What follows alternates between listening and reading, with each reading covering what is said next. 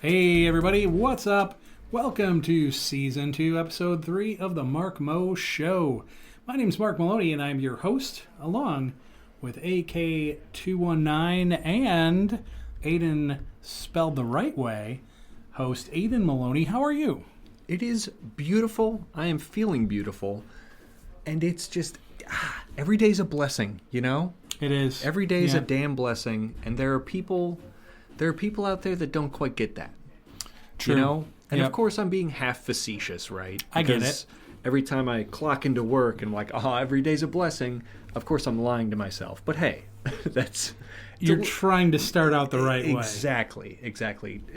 You know, get out of bed on the right side of the bed, metaphorically. But it is kind of true in a way that every day's a blessing. Not in the spiritual way, but in the factual way of like, hey, you only get so many. So that's kind of where I've been at recently of just like, hey, go out and have fun. Or stay in and have fun. Just have fun. Just have fun. Yep. You know, it's too, and I know it's easier said than done to break out of bad mindsets or stresses, but sometimes take a step back, avoid the big picture for a moment, give yourself that, and just realize, hey, I'm a human being. I'm going to have a little fun. Absolutely.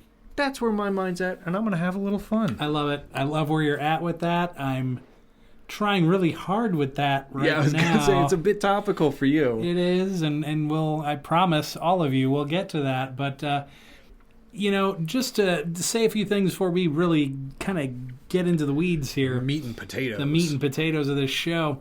We'll be producing new content weekly on all podcast platforms and YouTube.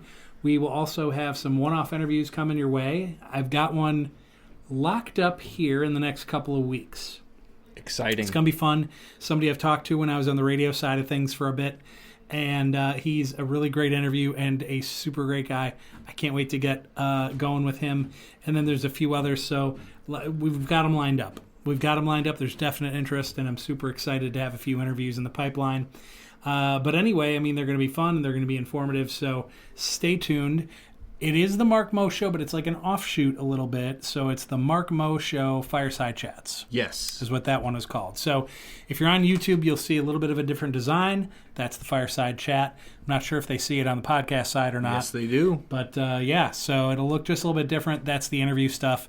And that stuff's pretty cool too. So Yeah. give that a listen. It's local. It's friendly. It is. Conversational. Yeah, but I think we talk enough generalized topics that I think no matter where you're at in this country, around the world, I think it'd be a good listen for you. Absolutely. Yeah, no doubt. But at any rate, if you like the Mark Mo Show, check out my radio show After Hours. It's on WVLP.org or the TuneIn app on your handheld device. It's 2 hours of uninterrupted Celtic punk, alt rock, every Tuesday night at 9 p.m. Central Standard Time, Friday at 4 p.m. Central Standard Time.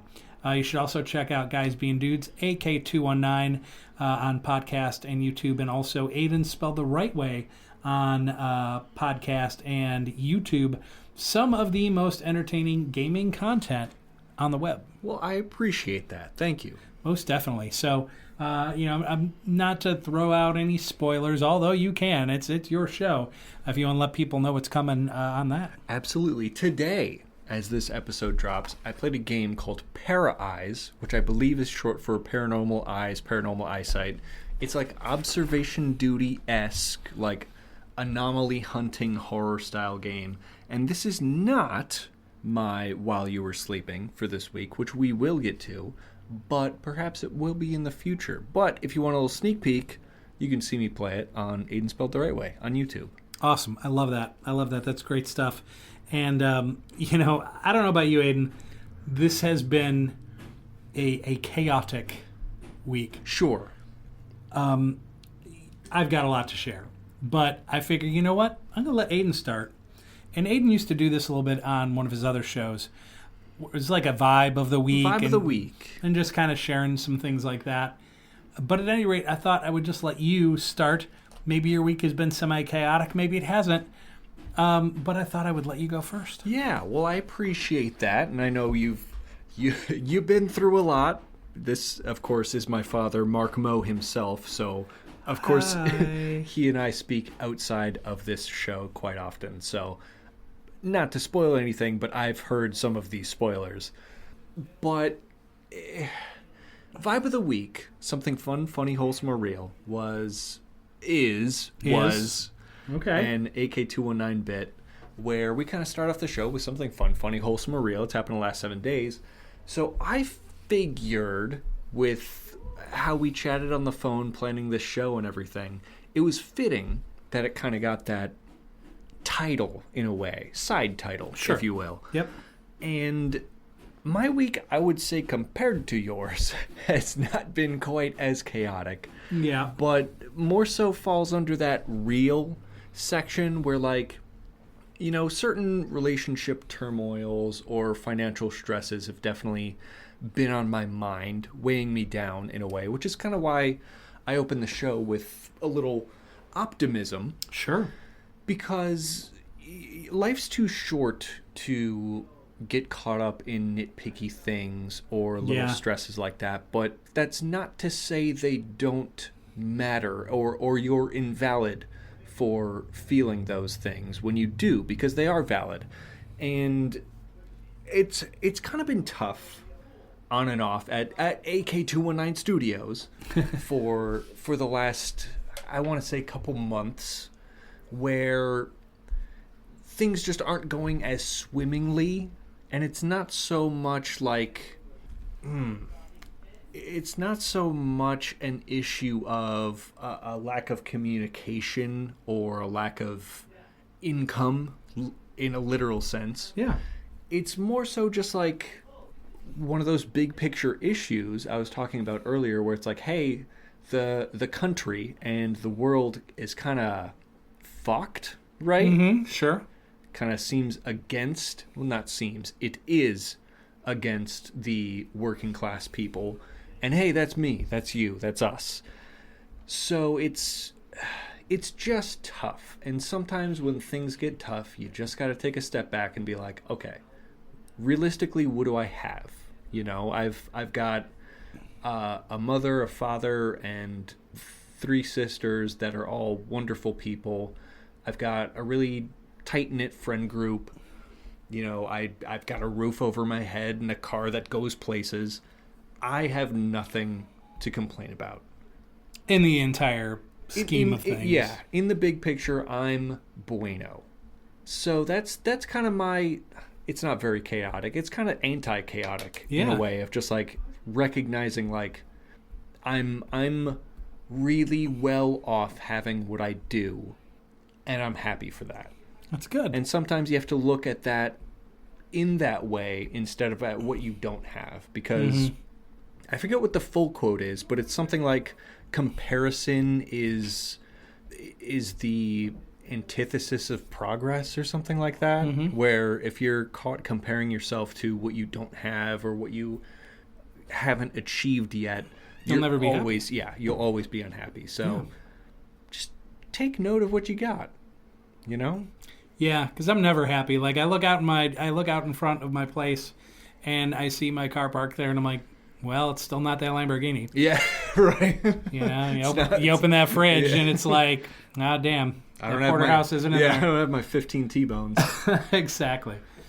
But yeah, I get what you're saying though. Makes sense for sure.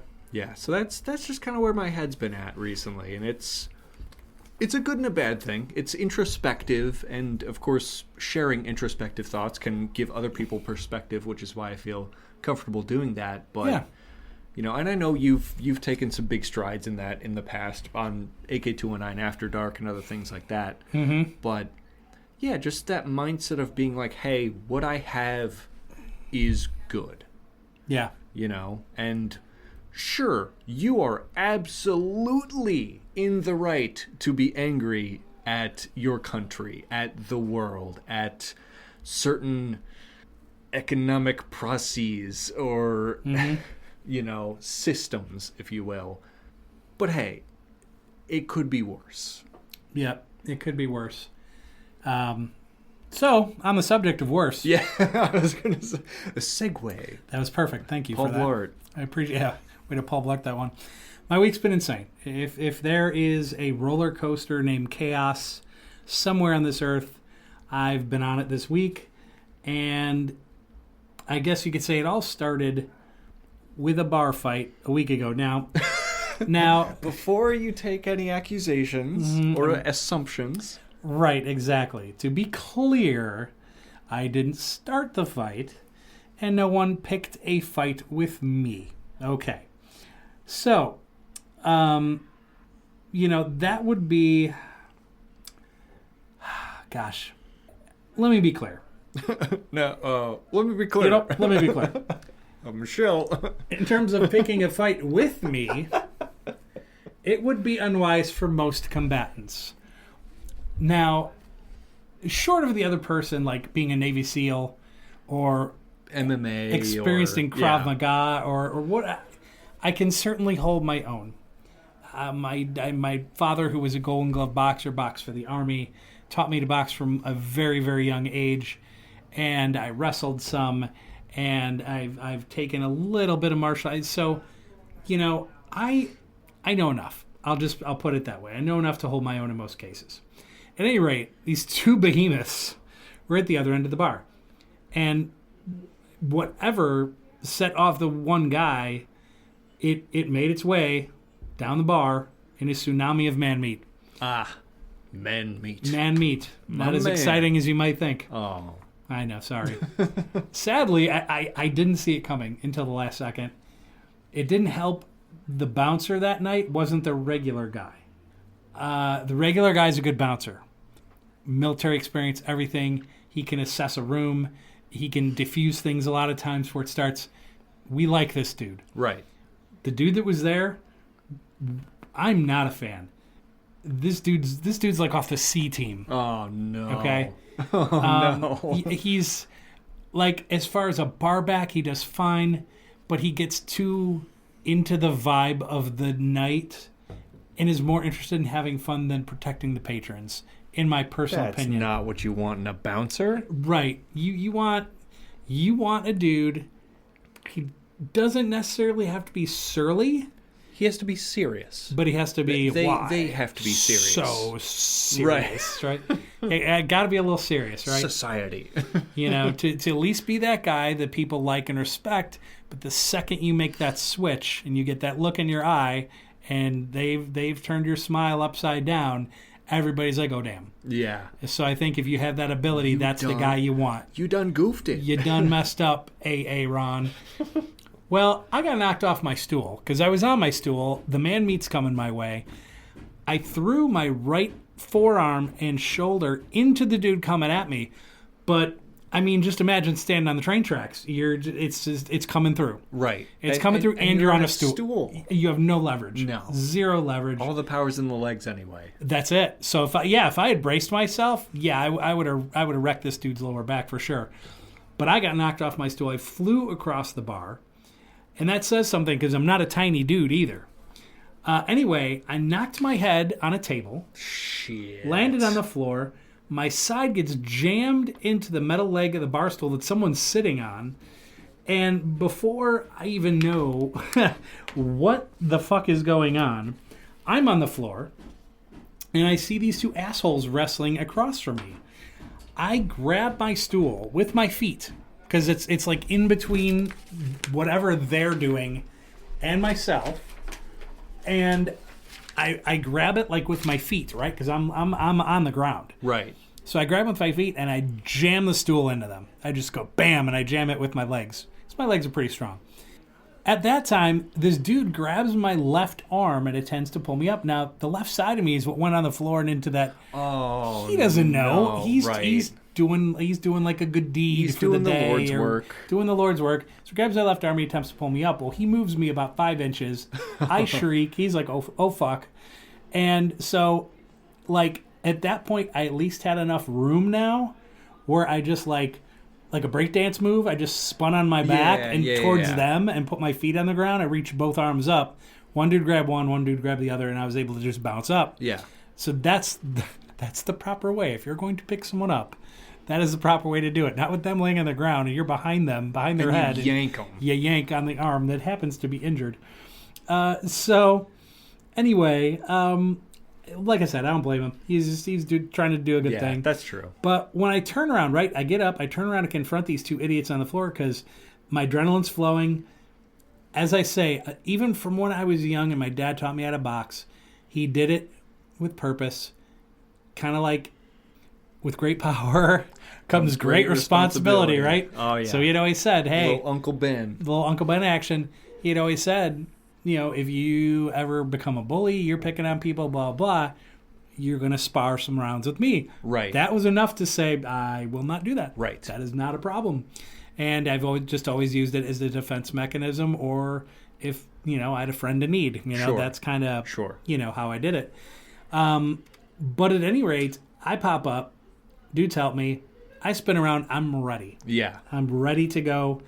And I'll tell you what, I'm also a master of fighting dirty. I learned that a long time ago. It does not matter. You're not in a boxing ring. You're not following a set of rules when it comes to a brawl or a fight, whether you're on the street or in a bar. If you're talking street fights, you're talking survival. I will wear my steel toe and right in the jaw. I mean, I don't care, and it shouldn't matter to you either. Like, oh well, yeah, say we're gonna fight like Jack Dempsey. Yeah, Marcus of Queensberry rules. Nah, screw that. Let him fight that way. Who's the referee, huh? Nah, who's the referee? Hey, low blow. Yeah, low blow is right. I'm gonna knock your nuts up into your lungs, man. So at any rate, the two dudes are gone. When I got helped up, they must have just they bounced. They beelined. They did not want any other extracurricular activity. And the thing that really made me mad, my friend who is a bartender was like, "Oh my God, are you okay?" And at that point, so much adrenaline, I didn't feel the pain. Right, so I'm like, sure. I'm fine. I'll be fine.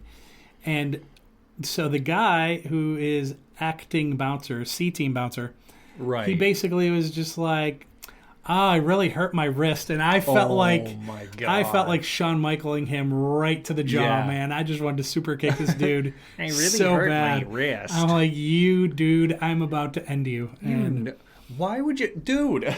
You're a bouncer. Yep. It's your job not to show weakness. You're surrounded by people intoxicated, right, who are prone to fight. Yes.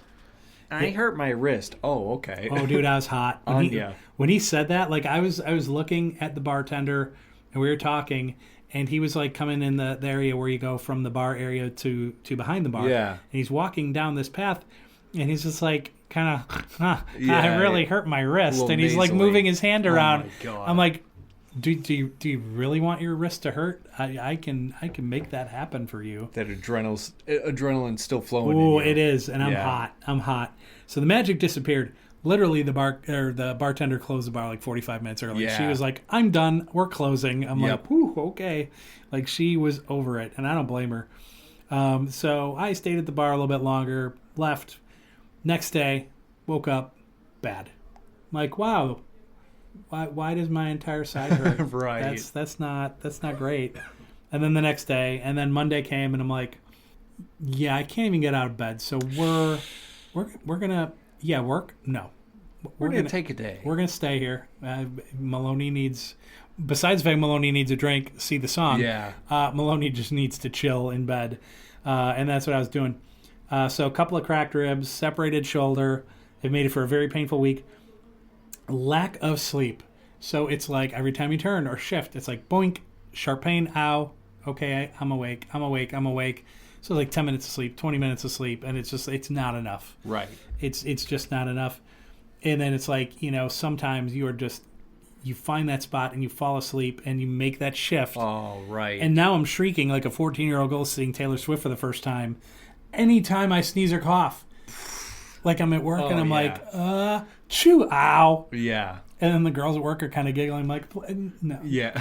Okay, I get it. It's funny, but it's not. Not helping my bruised ribs, but I do understand. not helping my cracked up ribs, but that's okay. So, yeah. So other than needing that Monday and the whole lack of rest for the week and whatever, being in bad shape, just kept moving on. And obviously that means going to work, and being as productive as I can. Because at like some point you're like, okay, I can either just sit at home and be sore and get like a doctor's note and be like, yep, I'm not coming in this week. But then it's like, well, what's the difference between being sore here or being sore there? Right. I might as well not waste my days and be productive and all that kind of stuff. So that's exactly what I did. But then, like, I'm already out. So I'm like, okay, as part of my medication, I'm going to have some alcohol because I definitely need that for sure. So I kind of did that.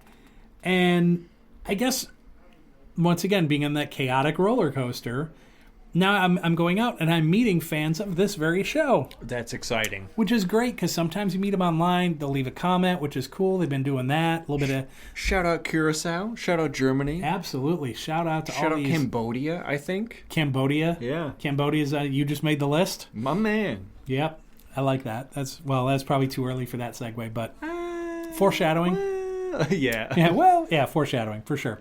But anyway, there's some Mark Mo Show fans, and one guy lives in a town called Portage, another guy, hometown here in Valparaiso, Indiana. I just met them, and they kind of dug it, and there's one guy from Valpo was just like, yeah, I've been listening to your show and this and that, and I kind of like this dialogue that we had, and I think it was the show titled, oh gosh, Not for Sale. Oh yeah.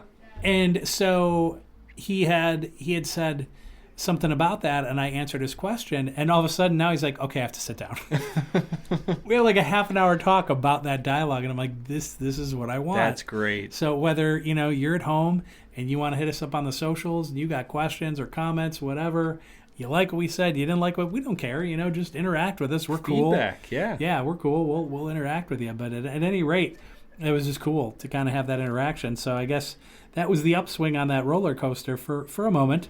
But I also met a very attractive woman. So this happens. I wasn't really like talking to her most of that night. She was kind of doing her own thing, and she's having drinks, so she'd obviously had a day too, so that wasn't going to bug her.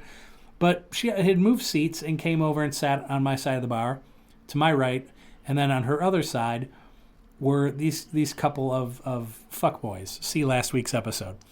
And they were trying every move in line in the Millennial Guys playbook. And let me just say, it was kind of weak, mostly comical. But once again, I'm letting her do her thing. She can handle herself. Sure. I'm just going to, nothing borderline illegal is going on or physical. So I'm just going to keep in mind. Classic dude bro behavior. For sure. Dude bro behavior. Absolutely. So I just observed their feeble attempt to pick her up. Feeble. It was feeble. Weak. Very weak. Once again, still licking my physical wounds and not looking to pick anyone up by any stretch. At any rate, she starts glancing in my direction. I recognize the look. It kind of had... Okay, so I have this go-to move, and it's physical communication as opposed to verbal communication, because a lot of times your face or your eyes can say enough. Body language. Body language, baby. And so it's kind of like a side smile, a gentle nod. So if you've seen that, for example, that Robert Redford, where he's the frontiersman, he's got the beard, and that's that meme where he just kind of smiles and does that little nod. It's kind of like that, and I add like a little side smile and a wink. It works like a charm. Yeah. Works like a charm. It says everything I needed to say without me having to even a word. Open my mouth. So I executed said move, and so she grabbed my arm and said, let's move over here. Away from... Dude bros. Noted. So as we moved down the bar from Dumb and Dumber, they looked at me like WTF, right? And so, to be honest, I absolutely loved this moment. Just loved it. I won't go into too much detail as it pertains to her, but we talked for the next 2 hours. We got very close. I pulled the reins back when it looked like she was ready to jump my bones. Like, she was ready to go. So I pulled in the reins. But however, I did pull digits, which always feels good. Sure. And so, okay, one more thing worth mentioning. The guys had closed out their tab. In defeat, tail between legs. I get how it works, boys. I've had to take that walk a few times myself. I'm not infallible. I am not the Pope. I'm sorry, the Pope. Da Pope. Da Pope. So the guys had closed out their tab. I thought they left. I went up to use the washroom, and they're coming out. So they gave me kind of this mouth open look, kind of astonishment maybe. I don't know. Sure. And they're like, how did this dude sweep in last second and smoke us? How? So I smirked and I said, it's always the guys you least expect. Underestimated from day one, boys. And I just went in the bathroom. And it was great. It was fantastic. It felt good. Clean. It was clean. It really was. And I guess besides being a low-level menace, I do have some quick wit. And in that particular case, it came in. They may go hand in hand. They may go hand in hand, for sure. Yeah. So I suppose that was not bad. Chaotic definitely fits in the chaos. Certainly. For sure. Chaotic good. Or chaotic neutral, maybe. Chaotic neutral, yeah, maybe? I would say. Yeah, we'll see how the girl with the digits works out. God bless her soul. Yeah, and there was another night I met one of my friends there, and she was there, and I met a lot of people there that night, just on and off throughout the night. And sometimes it's great to be kind of a regular at a spot, because I don't have to go here to meet that person, here to meet that person, I can just go to my spot and people know where I'm at. Sure. And so if I encounter them, it's like, great. I don't have to go all over town to meet all my favorite people. I can just go here. And if they come in, great. And if they don't, I know the people at the bar. Right. And I can just hang out and talk with them, have a couple beers, watch the game, and go home. And that's a good night too, right? So my one friend was there, and one of my other friends from Crown Point, she happened to come to Franklin House that night. Not sponsored, soon to be sponsored, hopefully. And so she pops in. So it's the girl from Crown Point and the girl here in Valpo. And they both have that certain level of crazy. Not bad crazy, just chaos. They fit into the neutral. Chaotic neutral. They fit into it. They had never met each other, and then they did. And I thought, oh boy. Oh, did they click? I had to turn away because I was about to bust laughing. I had no idea it was going to happen this way. Oh my god, it's like the fucking gatekeeper and the keymaster. It really in was. Fucking Ghostbusters. It really was. We have to get these two together. We have to. Oh, I did, and I did. It was so great. There's a few people we have to do that with. And this happened. I had no idea this would ever happen. I'm like, this is amazing. It had to do with tying a scarf around a neck in a lap dance, and it was craziness. And I'm like, this might be the greatest 30 seconds of my life. This is fantastic. Right. So that once again, not bad chaos, but chaos nonetheless. Sure. And I have to say, work roller coaster. Good day, bad day, weird day. It's almost just like the universe is like, oh, we're picking up what you're dropping. I'm like, no, I didn't drop shit. Stop this. I want to get off the roller coaster. I would settle for a couple of plain ordinary days at this point. But no, that wasn't what it had in store for me at any rate. But and then I had these friends of mine that broke up. So they went through a breakup. So it was over the weekend. It's like, oh, this happened. A friend came in and was like, oh, this happened. I was like, what? And so that happened. But then 48 hours later, they're back together again. So I'm like, oh boy, that's always a sign of a good relationship. Wow. Health. I'm like, wow, okay, that's one of the quickest turnarounds in history. This is rather interesting. And the toughest part, and I've had this happen a couple of times in my life where you're friends of both of them. Sure. And something like that happens. And you're just like, I have to be Switzerland. But then there was enough things that happened before the breakup where it was like, well, I'm kind of supporting one more than the other, at least right now. Right. And it was messy. And I'm like, oh, man, this sucks. And so then I heard, well, they're back again. And it was like, well, good luck. But part of me is like, maybe just a half step removed from this situation, because it's like I don't know what's going on, and it's like I'm just gonna kind of take that half step out. Right. Don't entwine yourself in someone else's crazy if it means potential detriment to your own mental state. There's no point. And the thing is too, it's like when you genuinely enjoy both of those people, and whether it's together or individually, and then something like that happens, I think you have to do that. Right. I think you have to do that. So other than a couple of text messages, and I saw one of them last night for an hour and a half or whatever, that was it. And I think besides having the vibe like, hey, my ribs are really sore, and like I try to convince people, are you mad at me? Are you upset about something? I'm like, no, I'm in immense amount of pain. Right. I'm in a lot of pain phase. Yeah. And it's hard to like let people know that. Be like, oh, is he really mad about something? It's like, yeah, he's mad because he's hurt. Right. He's mad about being hurt. But at the same sense, I'm sure I kind of had that face and that vibe last night. But it was kind of like, I just, I'm in a lot of pain. I'm out here. I'm still trying to be somewhat social, just to not sit at home and be miserable. Yeah. Be out and about and be miserable, I guess. But so yeah, that was just part of the chaos. That was really part of it too. And I'm sure things in that realm will probably calm down at some point, and whether it returns to some semblance of normalcy, who knows? You never know with that. True. You never know with that kind of stuff. But anyway, kind of being on the outside right now a little bit is fine with me. Yeah. Just because I don't, I don't want in that. Right. I don't want in that. It's to a point too where either of them want to talk about it, I'd be like, I am not talking. Right. Find someone else to talk about this with. You want to talk about fun stuff? You want to play darts? Yeah. You want to drink beer? I'm good. Otherwise, I'm not your guy, pal. Nope. Yeah. Not anymore. No, it just can't. It just can't.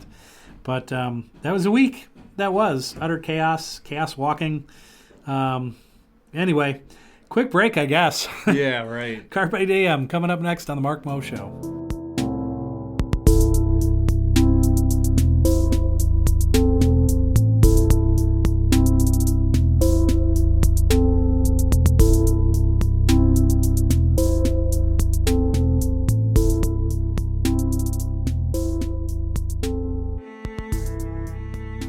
All right, everybody, we are back, and it is time for Carpe Diem. Carpe Diem. Carpe Diem. Carpe Diem. Carpe Diem. When the carpe is DM. Now, if somebody copyrights me, yeah. If you take that exact jingle, I will see you in small claims court because I have no money for big claims court. No, we don't. What do they even call? Oh, regular court. Regular court. Regular court. Let's see. How much do I have in my pocket? Yeah. We might just be taking this into the alley. I mean, there's this just frontier justice. Yeah, the small claims court I know is a lead pipe and your knee broken behind the CVS. There you go. I win. It's that simple. Well, Carpe Diem, that's you fine folks. Send us your DMs and reread them on air. And, it doesn't matter. It could be naughty. It could be whatever. Nice. Could be a question. Yeah. We might answer it. We don't have to. No, we really don't. But we may. We might. Perhaps. Mayhaps. But at any rate, we get them every week, and then we decide which ones we're going to talk about. So, Aiden, what do you got this week? This week, our old boy, chiming in every week, though, so far in Season 2. Ooh, Who is it? Hambone. What up? What do you use social media for most? That's a good question. Well, I'll answer first. Yeah. Social media, I would say 75%, give or take, is promotion of this show, talking about this show, answering your questions, all that kind of stuff. I would put about 75% on that. The other 25% truly is miscellaneous. It is like me, like the one thing I think Facebook's good for is reminding me that a friend has a birthday. Sure. I'm like, thank you, Facebook. I forgot it was so-and-so's birthday today. Like that part I do appreciate. And then, of course, keeping up on like local events and things like that, that's very helpful. So like there's some tools in there that are very helpful. So the other 25% is a lot of that stuff. I don't post a ton of photos, a lot of graphics as it pertains to our shows and stuff like that. But not too many photos unless we're out and it's an event and I'm with a few friends, we snap a few photos. Then I'll do that. But, so that's about it for me. Yeah, I'm kind of in a similar boat. It depends whether or not you include YouTube as a form of social media. Very true. Because most people may consider that a form of social media. I consider it a form of entertainment. Sure. Where it's kind of along the same lines Netflix.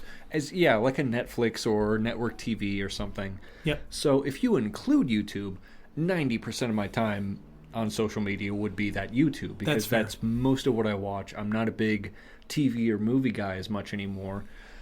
But if you don't, a majority of it is spent on Reddit, prepping for shows or keeping up with news or memes or Reddit, entertainment like that. Yeah.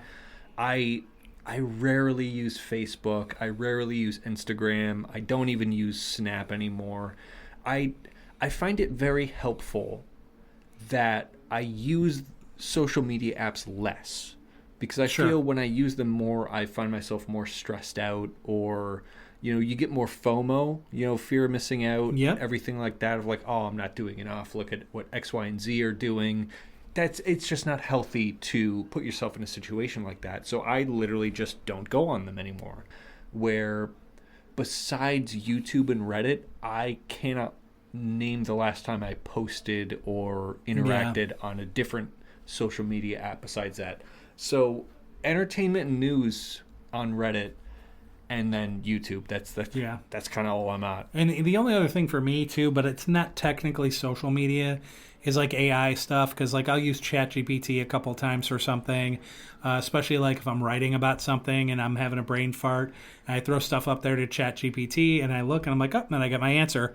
And it's pretty great. Like it'll comprise your thoughts kind of thing. Right. Because I'm like, okay, I sometimes I get writer's block because I do some writing. Sure. And I'm like, okay. And then I just kind of spew my thoughts into ChatGPT, and ChatGPT comes back with something. And I'm like, yep, that's what I want to do. And it helps. It's very helpful in that way. I suppose like social media could be harmful as well. But in that case, very helpful. Yeah, I would agree. Got a question here from our boy Ozzy Austin. I love Aussies. I'll try. Do it. How you going, mate? If you were a wrestler, what would your name and gimmick be?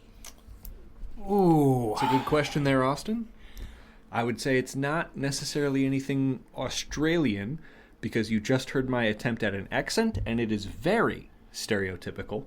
So when I was a wee lad, I watched a lot more wrestling than I do these days, and I kind of had this idea, because I was a big fan of Randy Orton, the Viper. Sure. Yeah. So I had this in my brain that I would be like the Cobra, because I figured like it's not the same thing. It's more of a interpolation, maybe, or not so much an offshoot, but like an appreciation of that style of wrestling where you're like sly and smart about things.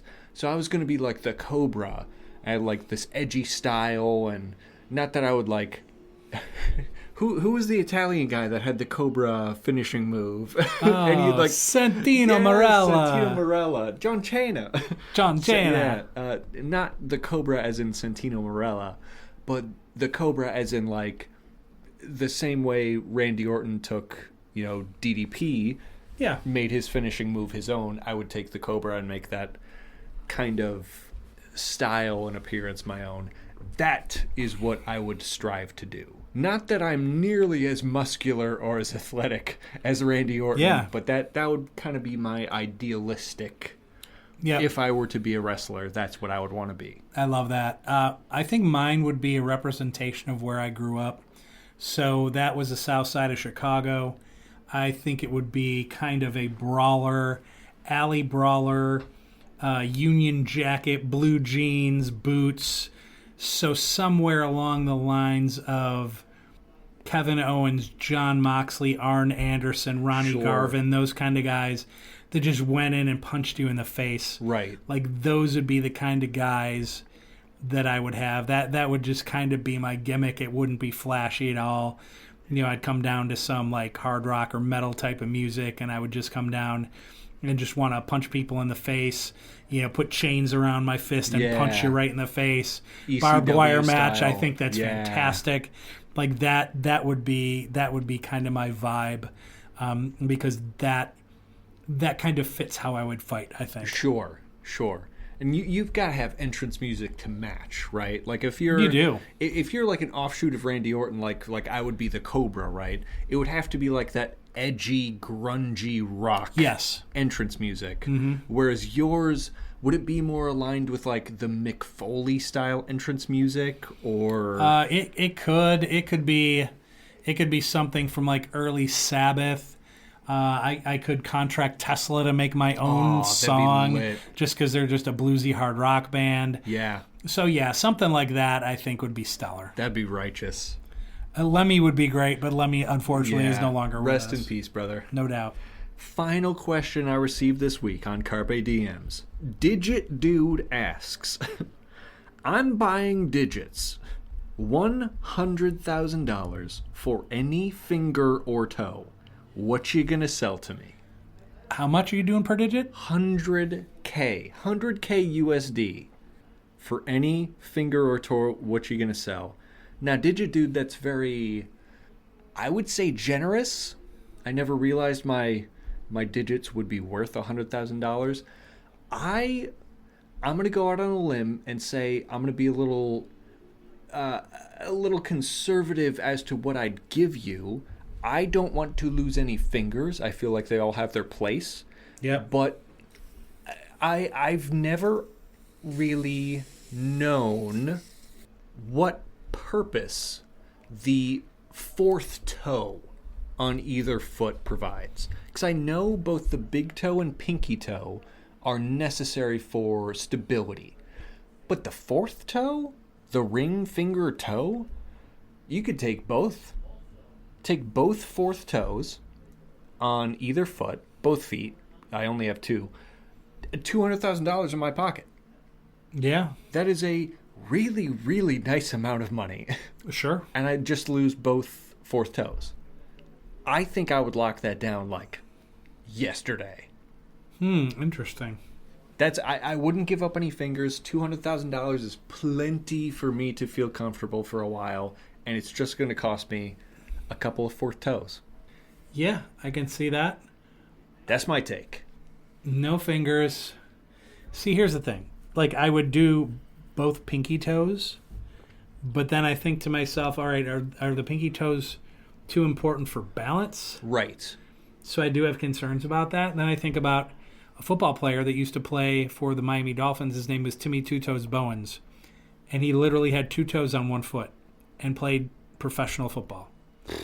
So I'm thinking, okay, if this dude can get by and play professional football, maybe I could go without a pinky toe or two.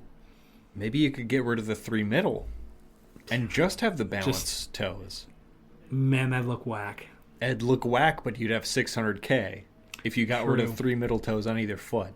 True. I was being conservative, just giving away one toe on each foot. I see that. Yeah. You know, I think you've got potential. I think he's got potential. He's got potential. He's got potential.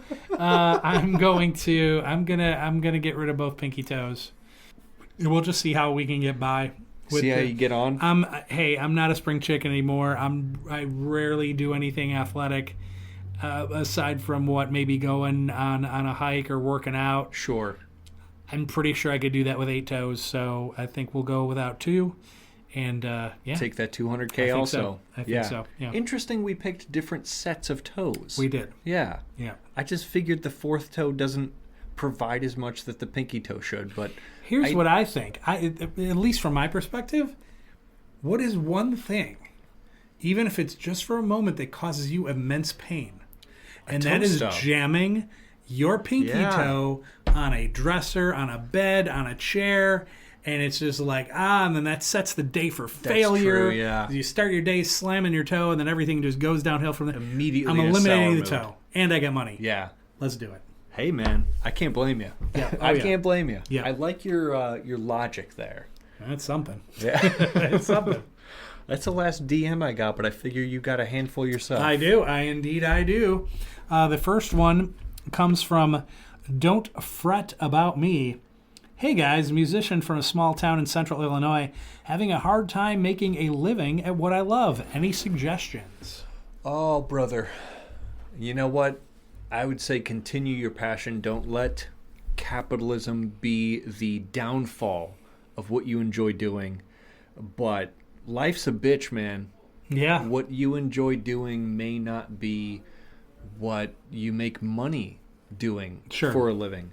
And it's pros and cons there, right? Because there's a lot of people that say if you make your hobbies your job, you will no longer enjoy your hobbies. And I know that's not true for everyone. Right. But it is true enough for some people that perhaps it may just continue being a passion for you, and that's okay. Yep. Of course it'd be nice to get paid for what you enjoy doing. That's, 100%. That's what I want to do. Like that's why I do YouTube. That's why we do this podcast. Yep. Because it's what we enjoy doing, and it would be really nice, the prospect of eventually making money on it. Mm-hmm. You know, being monetized, doing what you enjoy doing. But the reality is you either need to get very lucky, you need nepotism, see Hollywood for an example. Nepo baby. Or you just need to do it for long enough that you just break the system, which is also uncommon, thus falls back under being lucky. So I would just say never give up your passions, but you got to make $1 somehow in this fucking world. And I would say this too. If you're not quote unquote married to where you live, I don't know what town in central Illinois. Could be Gilman. Wouldn't it be awesome if it was Gilman? Man. My man. It'd be amazing. Blessed be. So, if you're from a town of 5,000 people, if you're a town from 1,000 people, if it's just not a very big town, I don't know what your profession is. Maybe you work at a gas station, maybe you work at a factory. Sure. Maybe you're in an office somewhere doing something. But if you do something there that you can do anywhere, just move to a bigger town. That gives you a better opportunity to play your music. Play local shows. Local bars and things like that. So it just gives you a better opportunity. So I'd say maybe that's what you have to do. I know there was a local girl here. Her name is Kaya Bryce, and she used to perform local shows here in Valparaiso. We're about 38-ish thousand people. About 40K. Here in north central Indiana. And she is now in Nashville. So she's taking her skill, and she's very skilled. She was great. She came on my radio show and sang, and she was awesome. She definitely has skills. So when she made that move, I was just like, you get it. Yes. It's like, this is what I want to do. And you just go to a bigger market and give yourself a shot, And so that was awesome. So I would just suggest the same thing. If you love what you do, whether it's just you play guitar or you play guitar and sing or whatever it is that you do, and you're good at it, you can even use YouTube. Put some of your stuff on YouTube and get it out there, and give it a shot. But I would say, you're in central Illinois, like Champaign, a college town, might be a good spot for you to play your music at local bars and stuff, or get to know some fraternities, play some of their parties and stuff. Perhaps like Springfield, or maybe down near St. Louis or something. You definitely have options. So just think about it. Yeah. If you can grow a local following, you've got the potential to grow a regional following. Yes. You can see how this can become exponential. Just go at it, Absolutely. Absolutely. Give yourself a shot, man. At Golden Goose is on the loose. Hi, guys. I'm a pretty successful investor. I've been doing it since I was a kid. Pretty much self-taught. Trump and his bullshit are messing up my shit. Well, welcome to America. Yeah. It's unfortunately where the fuck we are. Now, I love the fact that this dude's been doing it since he was, I don't know how young, but that he learned enough on his own to become successful, whatever amount of success that is. I don't know what it is. But apparently he likes doing it, he's good at doing it, and he's made his money, and now you have external forces that are messing with your plan. Right. And that sucks. Yeah. No matter what level you're at, whether you're a billionaire level. Whether it's just a 401k. Right. Yeah, and you've got some other dude who's just being an ass messing with your state. It sucks. Yeah, and it's unfortunate that an individual has that type of power to negatively affect the net worth or retirement potential of 100 million people. Yes. So I would just say, violent uprising looks pretty good today, huh? Yeah. Hypothetically, we're not telling you to take... Well, no, I am telling you to take to the streets. Sure. Go to the streets, but a very good friend of mine, very smart, and she is involved in local politics, things like that. Yeah. We had a great conversation one night, and that conversation basically was, talking about protests and going out and being heard and chanting and getting your point across and all that, which is your constitutional right. You should do it. But the question I posed is one that she kind of agreed with. It's like, what's next? Right. That's a part of it, but what's next? Yeah. So that's an important thing to figure out, and I think we're at the what's next stage. I agree. Whatever that might be. Not that we're advocating for a violent uprising. No. All I'm trying to say is it's a beautiful day for a violent uprising, hypothetically. Hypothetically. I mean, if you were to partake if you were to do such a thing like in a game like Minecraft. Exactly. In Minecraft, Right. You hiss at me, we got a problem, is what I'm saying. Get a little violent. You're not going to blow up in my face. Hypothetically. You Creeper. Oh, man. My man. At Hairless Kitty Cat. My man. Hi, guys. In Chicago in my late 20s, and I love older men. What should I look for, and how should I approach them? I would say you look for older men and approach them as you are. Talk to them. I have no other advice for you. Just talk to them, and if they pick up your vibe, you go for it. This is something a lot of people don't take into consideration when looking to start a conversation, or perhaps something beyond a conversation, is so many people have amazing stories. Yep. And are excited to share them. Yes, for sure. Now, they may not want to share those stories with a complete stranger, but if you're an acquaintance, if you become an acquaintance through small talk or chit-chat, a couple drinks, whatever, people love telling their stories. Oh, sure. So get out there and have people tell their stories to you. Tell your own stories. Mm-hmm. I think that is fantastic advice. Yep, I would agree. I would also say, if you're in Chicago, Valpo's not far away. You can go to Franklin House. You can go to there might be older guys there. I don't know who. There might be older guys there that, if you drop it, they'll pick it up. That's all I'm going to say. But to be more serious, if you ever find yourself in all we're trying to say is drop it low, shorty, get low. That's what we're saying here on the Mark Mo Show, the White Guys Podcast. That's oh my god. I'm sorry. One comment ruins the show. I was just gonna say, you have to be self-aware. Yeah. Oh, for sure. No doubt. I felt that coming out of my mouth. Yep. Saying the word shawty, and I'm like, oh no. I have to lean into the fact that I am in fact really pale, incredibly white, Caucasian. Yep, remarkably Caucasian. No, that's quite all right. But at any rate, you just be yourself. Just be yourself and talk.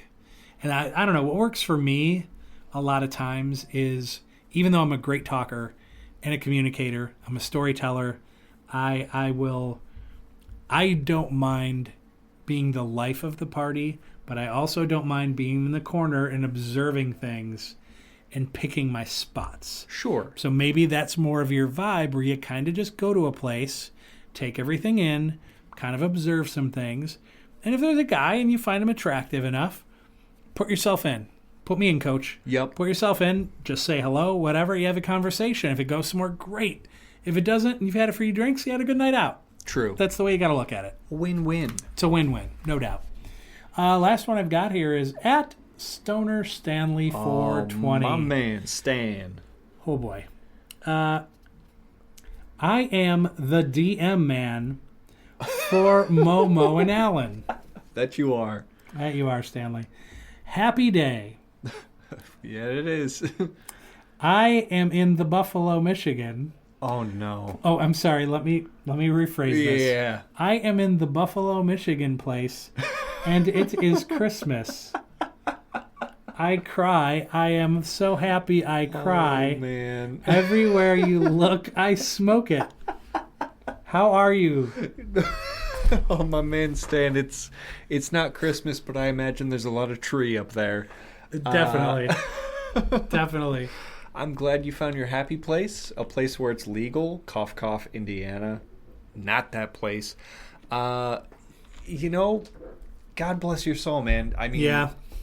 You're really out there doing the Lord's work, smoking that ganj. He may never come allegedly. back. I wouldn't blame him. He may never come back. I really wouldn't blame him. You know, living in a van.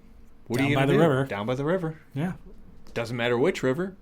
But he found one where green is legal, so... Indeed. Yeah, that's pretty great. My dog. My guy. I was wondering if he would ever find New Buffalo, but it's actually New Buffalo, folks. Yeah, he was in the Buffalo. He was in the Buffalo. According to him. He might be in a Buffalo. I don't with Stanley, you never, ever know. It's good not to know sometimes. It is really. It really is. A blessing. Indeed. But that concludes our DMs. Hey, reach out, socials, all you guys. If you have questions, you have comments, whatever, hit us up, and we are happy to read those on the air. Or maybe we won't, but more than likely we will. Yeah, absolutely. So anyway, before we hit up another break, we have a little segment called The Other Foods with Aidan Maloney. So he finds the most bizarre foods from around the world that a billy goat would probably turn down. Certainly. Would like go up to it and be like, no way in hell. Not for me. And Aidan finds them. And so what do you got this week? This week, I went to the good old Disgusting Food Museum. No. The legends that have done the amount of research I did. Because Yes. we've had the other foods since before the podcast days when we were on radio. And every week I would put in maybe 30 to 60 minutes of research finding a specifically disturbing food. And not knowing they already did it for me. Mm-hmm. Which is why I shout them out, because I have found at least the last handful of other foods on the disgustingfoodmuseum.com. Not sponsored, but I will shout them out. Okay. Because they did the research. Frog juice. Frog juice. This Okay. is not a food, but a drink Drink. from Peru. Beautiful Peru. Jugo de jarana, or frog juice. Hopefully I pronounced that right. A frog smoothie. The frog is killed, usually by banging its head against the counter. What? Are you kidding me right now? Banging its head against the counter. The frog is then skinned and cleaned. I feel like there's... Call me crazy. I feel like there's more humane ways to kill a frog. Skinned and cleaned, put in a blender with water and other ingredients such as quail eggs, honey, spices, and local plants. The quote continues. The blended frothy green goo is then strained to remove any bone fragments. Oh, you're kidding me. It's just a smoothie. Keep an open mind. Street vendors tote the drink as a healthy aphrodisiac energy drink. It's considered... Oh. Hey, it's their claim, not mine. Giggity. It's considered almost a spiritual beverage, the recipes having been passed down through the generations. Let's see here. The Titicaca frog. I swear to God. Ooh, Lake Titicaca. That's how it is. The Titicaca frog it's made from is critically endangered. Uh-huh. So, hey guys, perhaps stop making that so that we don't lose another endangered species. I want to butt in for 2 seconds. Yeah. There is there's a vial of said frog juice. Yes. It says frog juice, 1 ounce, ingredients, bullfrog. So they forgot to add the extra shit. That's They're it. just like, well, it's just frog juice. It's just frog. It's just frog. Wow. So they took frog juice and were like, how about we make it pure? That's it. Pure frog they juice. said no. They said no local plants, quail eggs, honey, or spices. But apparently, on Disgusting Food Museum, they claim it's commonly given to children and adults alike as a health boost, claimed to cure anemia, bronchitis, asthma, impotence, osteoporosis, Oh, wow. and other ailments, and of course is an aphrodisiac. That is a crazy cure-all. That is holy shit. That's Think of unbelievable. how strong those frogs must be. No doubt. The strongest part of the taste is that of maca, a native root from the Andes in Peru. Okay. Which I guess must be the local plants they add, because I can't imagine a frog tasting earthy or malty. Right. They claim you cannot really taste the frog, but the color of the juice distinctly blended frog-like color. Not fully smooth, but closer to a thick shake. Oh, no. What? Oh, man. Oh, man. That's frog juice, baby. Frog juice indeed. Holy cow. Woo. Just makes you feel alive. It makes you feel something. Fear. Fear. Running to the bathroom. I don't know. That's fight or flight response just by the thought of frog juice. Frog juice, no doubt. Yeah. 100%. Oof. Wow. Well, thank you for that. It's my pleasure. For that little bit of information there. I think we can never forget that one. At any rate, hey, why don't we take a break while we think on frog juice? And we will be back in just a few with our feature segment. You just made the list, my friends.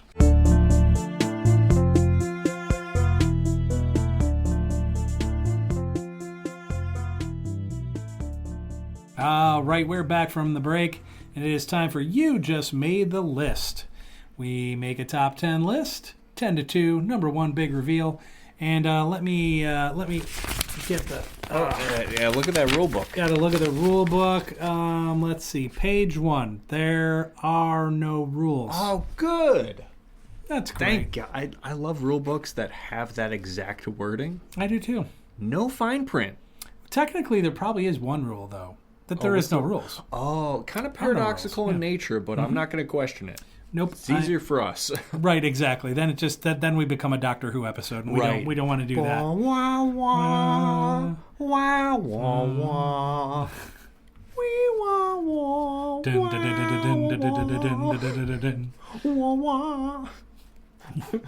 Everybody was like, what the fuck is wrong with these guys? Well, if you see white Converse and a nice blue suit, you know it's a David Tennant episode. That's right. And if you are encountering a fez because, well, Fezzes are cool. Or Stetson. Stetsons are cool. That's right. My man. My man. Good old Matt Smith. Where are your eyebrows, brother? No doubt. No doubt about that. Well, the list this week is your favorite ethnic food. Now, to be clear, we are Americans. This is the United States. So America. America. Fuck yeah. So, my man. anything ethnic would be, of course, outside of America. So, we're not going to put meatloaf. We're not going to put pork chops and steak. We're not going to put hot dogs and burgers. Although there is no rules, so let's say hypothetically I may have. You may, and be like, well, hamburger.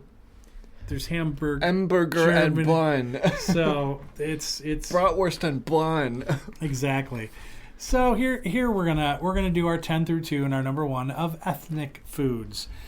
So I'll get things started. I do have a few honorable mentions, as it were. Honorable mentions. Will Wheaton. Will Wheaton. Cool Whip. Cool Whip. Say cool, Why do you say it like cool that? Whip. Cool Whip. Say cool. Cool. Say whip. Whip. Cool Whip. Love it. You're welcome, ladies and gentlemen. These idiots on this side. Pre-recited, not recited at all. Not at all. So we do. We have the option, because there are no rules, to do honorable mentions. So I do have a few honorable mentions. Word. Big ZD is on there. Oh, my man. Oh, I tell is that ya, where the freaking fucking ZD. Yeah. Like that ZD. I'm a big fan of cashew chicken. Oh, I love it. I don't think they cook with cashews near enough. Nuts in general are so avoided in savory food for some reason. Yeah, I love nuts. Yeah, me too. Man meat? What? Weren't we just talking about that? You know, let's not go back to last week where I said how much I enjoyed having meat in my mouth. Oh, sure. But you do. But I according to urban legends. According to urban legend, I enjoy meat in my mouth, and now I do enjoy nuts. But I mean, while in the neighborhood. So what are you gonna do? Hey, Hey. what? Cashew chicken, awesome. I love orange chicken as well. I like pad thai. I don't have Thai food near enough, So true. but I do enjoy pad thai quite a bit. Pot stickers. I love pot stickers. Man, I could just get like so good. 12 of them and just eat them. Could be a meal. It could be a meal. Just It give me a is a bunch of meal pot stickers. for me. It is, man. Why not? Chinese sponge cake. I love Chinese Beautiful. sponge cake. You walk around, like in Chicago, for example, you got Chinatown. You have Little Vietnam, which is up by like Argyle Avenue. You can get the sponge cake at either place. You just get the little bakeries. You walk in there. And they have all sorts of really cool things that are different from your standard bakery. True. And Chinese sponge cake is good. Last honorable mention, spring rolls. I do enjoy spring rolls. They're very light, but they're crunchy, and they're a little bit of soy sauce for that salty. Savory. Yeah. Good Beautiful. stuff. Now we're on to the top 10. Number 10 is a tie with gyros. Oh, my man. And man, a gyro, forget about it. And then pierogis. Oh, dude. Love pierogis. You went Greek and Polish. Greek and Polish. Holy. Greek and Polish. I know they love each other. Sounds like this girl I want. No, never mind. Number Well, 9. what about the man meat? What about? Who says you can't have both, Aiden? My man. Number 9, lasagna. Huge lasagna, or as I like to call it, pasta cake. I always call it Garfield's favorite. Oh, it is. Why not? Garfield knows what's up. Where's the lasagna, John? Love some lasagna. Number 8, Mongolian beef. Love me some Mongolian beef. Good stuff. Number 7, shepherd's pie. Oh, my man. Shepherd's pie. Or you could go the English version, cottage pie. Difference is ground beef versus lamb. Right. I like them both. Prefer the lamb, but I'll eat either one. Absolutely. Number 6, chicken parmigiana. Hey, they get the chicken pie. Hey, with more chicken, huh? Fucking cooking here. Every Italian Oh. is insulted unless they're big fans of The Sopranos, and they're probably like, hey, it's one. My man. Number 5, sweet and sour chicken. Probably my Beautiful. favorite Chinese dish. I just love it because it's not like any chicken nugget. Like you go to a fast food place or anything, chicken nuggets are all pretty similar.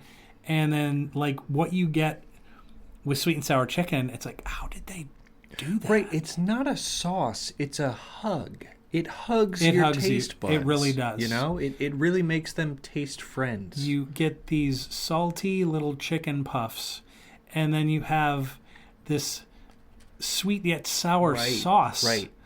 This is just wonderful. And sometimes they put the fruit in there. Sometimes That there's is true. chunks of pineapple and chunks of other things in there. And the way sometimes they put peppers in there too, which is nice. accents the meat in such a way. No.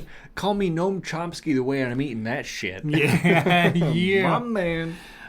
Number 4, poutine. That is French Canadian. Canadian classic. Technically, it is a Canadian classic. Fuck the Love French. And God bless you, France, but For listening, yes. But anyway, number 3, burritos. Love me a good burro, man. Oh, yeah. No matter where it comes from, especially if it's like 2 a.m. I used to do that a lot when I was younger. You're out, you're drinking. It was like you had a couple of options, and one of those was always a burrito from El Famous, man. Oh, it was so good. And number 2, tacos. Oh, yeah. Get me some tacos. Street tacos, just beautiful. Street tacos. Yeah, we got a couple taco trucks in town here that are really great. That Mexicano style, you know, with the onions and cilantro, dude. And any place, if I had a taco truck, right? I know sometimes there's rules where you can't park close to another restaurant if you have a food truck. But if you're close enough to the area where the bars are, dude, people are coming out at 2 a.m. Look, we crave. We've just right. We've just had a bunch of beer, imbibed, if you will, right? And we need to soak it up, man. And we're like, what do we need? If you got a taco truck, you need tacos. We're coming. Oh yeah, we're coming for sure. Anyway, I'll say I was gonna leave that silence for you because I'm like, this has to go somewhere. Gotta leave that moment of silence in there for sure. Yeah. I'm gonna leave my number 1, Aiden. Okay. Please tag in. I went by region. / country. Okay. Because I know what I like, but usually I crave dishes spontaneously, you know, and that's like a biological thing. Like you crave dishes based on your nutritional needs, but I crave these regions and these countries in this order from 10 to 2, saving my number 1. Number 10 is Korean. Korean food is wonderful. Specifically, in my opinion, Korean barbecue. Oh, good.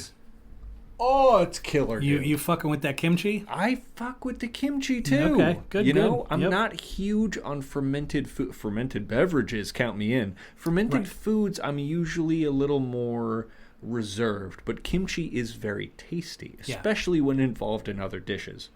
Number 9, Cuban. Cubano food. Yeah. It's so special. On the taste buds, the taste friends. Yes. It's so special. Number 8, Mediterranean, which would include that Grecian gyro you mentioned. It includes that shawarma, falafel. Dude. That's good stuff. You put it on a pita, I'm going to like it. Anything. Just throw all you sorts could throw of garbage juice on a pita, I would be like, thank you, here's $30. Indeed, yeah. Oh, for sure. No question. Number 7, here's why I went a little different. American Midwestern. Because it is a region, to foreigners it would be ethnic, in a way. Mm-hmm. I'm stretching the rules, but that's okay. American Midwestern, specifically the Chicago style, you're talking tavern style pizza, which... it's Italian. Shut the fuck up. It's Chicago. Tavern style pizza. You're talking the big foot long of bread just filled with Italian beef. And I know I just said the word Italian, but hey, it's American. A Chicago invention. Chicago invention. American Midwestern, number 7. Okay. Easily. Number 6, Chinese food. Yeah, dude. Baby. Yeah, baby. Crab rangoons. Count me in. You're talking any type of roll. Any type of roll. Same thing with the pita. You could put anything in that roll. I'm going to like it. Yeah. You put motor oil in there. Like a thank you. Spring roll, egg roll, cinnamon roll, whatever. All right, maybe not that last one, but I mean they're good at rolls. The Cinnabon special. Very know Chinese. Your roll. Yeah. Number 5 on my list is Indian food. I love Indian food. The combination I didn't think about Indian. Yeah. The combination of spices, curry, I mean, dude, cumin as a spice is so underrated in American cuisine. Chicken curry is really good. Dude, butter chicken is amazing. Yeah, that too. Yeah. Unbelievable. Number 5 on my list, I went there again, American Southern. You're talking comfort food. You're talking biscuits and gravy. Chicken fried steak, country fried steak. I mean... It's just, it's not ethnic in the sense that we as Americans know it. But if somebody from Japan's coming here, it's ethnic to them. That's fair. Right. That's a fair comment. That was my interpretation, and that's why it's number 4, because I really like Southern food. Number 3 on my list is Italian. There is I'm cooking here. There's so much Italian food, and of course with immigration, there are a lot of Italians and Irish in our part of America. Yes. So we are blessed with wonderful Italian food. Oh, for sure. Kind of everywhere. You're talking any type of noodle dish, any type of pizza dish. We have it, which is a blessing.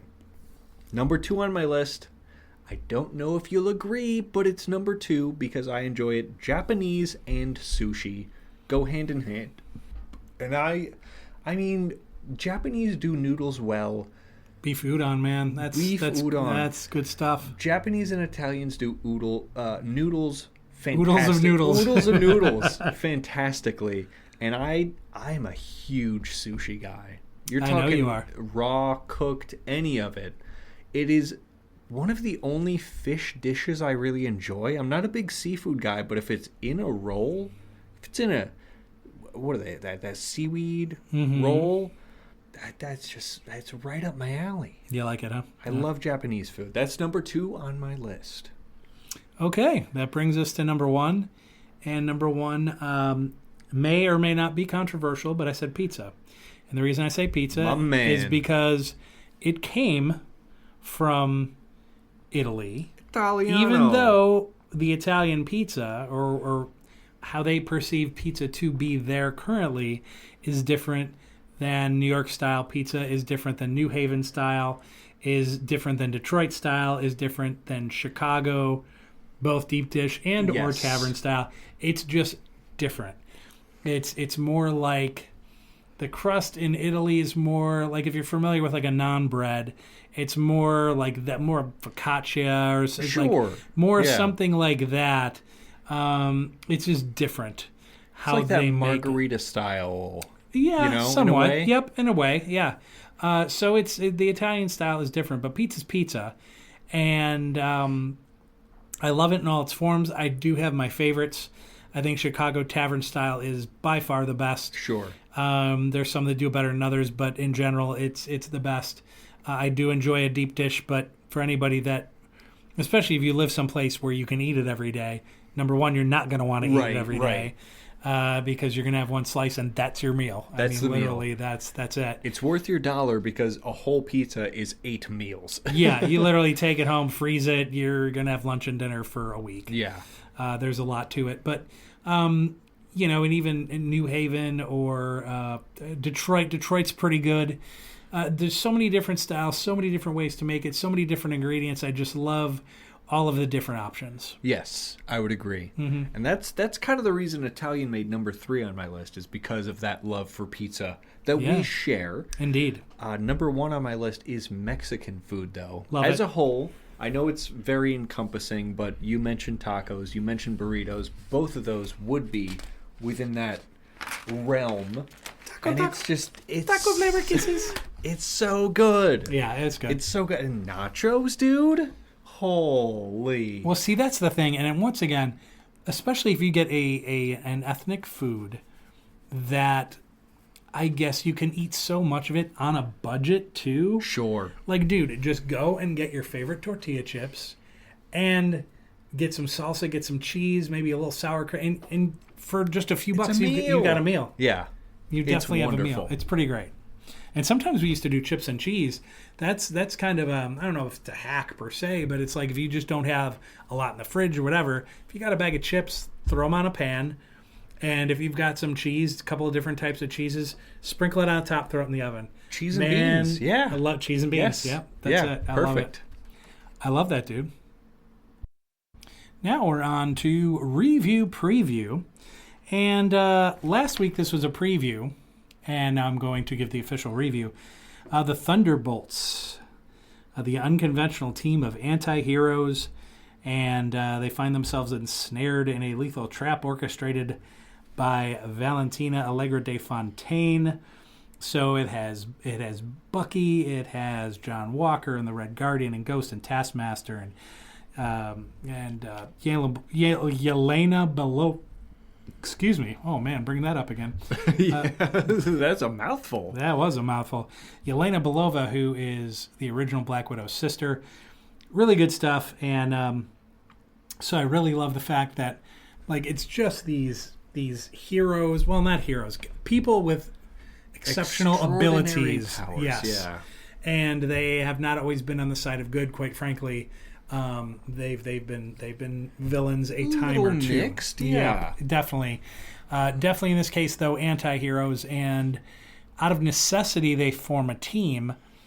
The entire plot, the way they set it up from beginning to end, I thought was exceptional. I think this is the kind of movie that Marvel's been looking to make for quite some time. Like, you got out of there, you're just like, that was a Marvel movie. Like, you just felt really good. You felt cleansed. It felt pure. Like, you just, like, you're like, okay, I think we're back. It's like a holy experience. Oh my God. You just, like, after it was over, you're just like, okay, I think we're back. We are so back, boys. We are so back. Directed by Jake Schreier and featuring an ensemble cast. It's thrilling. It's exciting. Like I said, the plot was good. And there is this guy who's kind of the villain, but once again, he just ends up being a complicated guy like everybody else, and so that takes an interesting turn as well. So I really enjoyed it. This was maybe the best Marvel movie since the 3 Spider-Man one. Yeah. No Way Home? No Way Home. That was probably the best one since that. I gave it an 8.5 out of 10. Ooh, pretty strong. Which is strong. Yeah. Probably someday we'll have to kind of go back and do like a Marvel recap in the review preview. Sure. Honestly, I would probably... It's definitely in the top 10, if not the top 5. That's really it's good. Strong. Yeah. It's very strong. It's a strong outing, and it's entertaining and does a great job of setting up what's coming. And it's pretty exciting. That's excellent. It's pretty exciting. That is very exciting. Yep, I'm excited for it. My preview this week is a movie called Hurry Up Tomorrow. A musician plagued by insomnia is pulled into an odyssey with a stranger who begins to unravel the very core of his existence. It's directed by Trey Edward Schultz. Features Abel Tesfaye, Jenna Ortega, and Barry Keoghan. And it is in theaters May 16th. Excellent. So I think it'll be good. I kind of like movies about musicians where they're either searching for a song or they're searching for a riff or they're searching for something. Right. And it's just kind of these stories, these backstories, and it just shows kind of how it shapes their music or answers questions that they've had. It's kind of deep, sometimes even a little introspective, but yeah. I really enjoy movies like that. I kind of agree, and I think the last musical movie like that really got me was the Disney movie Soul, which kind of interesting. Kind of got panned when it came out. It was like it was during that. I think it was during the COVID era of movies, but I really liked it because it was one of the first like musical jazz Disney movies that I can remember. That one really got to me, and then Whiplash, which I just thought was amazing. Whiplash is a great movie. Whiplash is fantastic. So I really adore movies like that aren't musicals, but they are music related. Yes, correct. You know, that's really neat to me. Yeah, same. Absolutely. That's it for review preview for this week. Definitely, if you like the comic book movies, go out and see the Thunderbolts, as it's called, the Thunderbolts. Maybe still, you have to go and see it and find out why I said it that way. Interessante. Very interesting stuff. But that brings us to a segment called While You Were Sleeping. This is where Aiden examines a TV show, a movie, a game. Something along those lines that along the way we might have missed. So what have we missed, man? While you were sleeping, you guys slept on something I kind of hinted at last week. Oh. The Mortuary Assistant. Ooh, there we go. Yes, the video game that I kind of brought up in passing last week. I love it. And it's one of the pricier indie developer horror games. I think I paid $20 for it. Oh, where, most indie dev horror games, you're talking between $1 and $15. This one was $20, which is fine because as far as quality goes, it's AA quality. I'm looking at some images. It's horrific. It's awesome. Wow. It's awesome. It encapsulates as the title says, a mortuary assistant's job. Sure. Pretty accurately, as far as I am aware. It's not like you're not doing autopsies. You're embalming bodies. But here's the overview, according to Google. The Mortuary Assistant 2022 horror game that blends a mortician simulation with demonic encounters.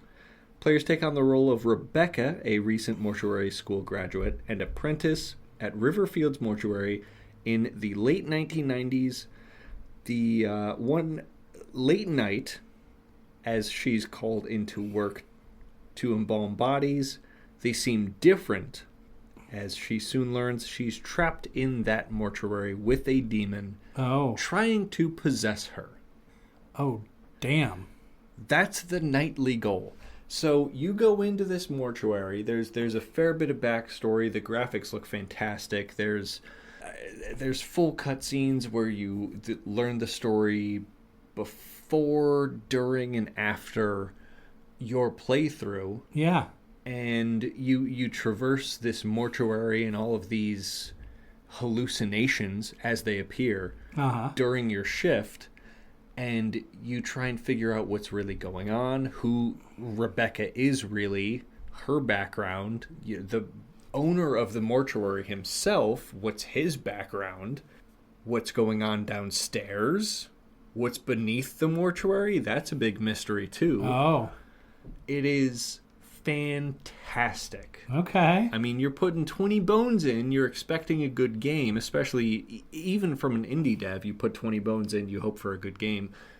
If you were to play the game perfectly, there's 6 endings that I know of. Every run takes about 2 hours. So you're talking a dozen hours of action if you were to play the game perfectly, which you won't. So you're talking a couple dozen hours of action. Yeah. For 20 bones, that's not bad. Not bad at all. That's not bad. It is really fun. It is horrific in a fantastic way. I would say if you've got the graphics card to run it, it's 20 bones well spent. Wow, that sounds awesome. Yes. While you were talking about it, I was looking at some of the images on my phone. Looks horrific. Oh, horrific in the best way. Yeah, like some of these demon things that you're talking about. Wow. It's really good. For sure. Really, really good.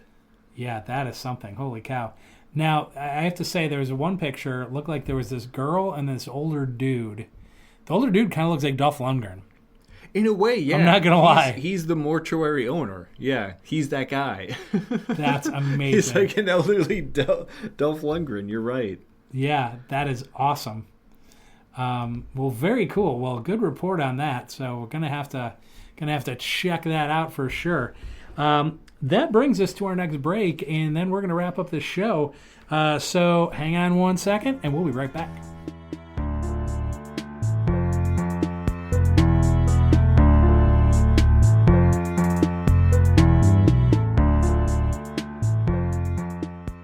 All right, we are back, everybody, for the home stretch of the 3rd episode, 2nd season, The Mark Mo Show. I am your host, Mark Maloney, along with Aiden Maloney, and this is where we review beer because, well, we love it. It's what we do best. And just for all of you lovely listeners that are wondering about our mental states, if we're okay, we're recording.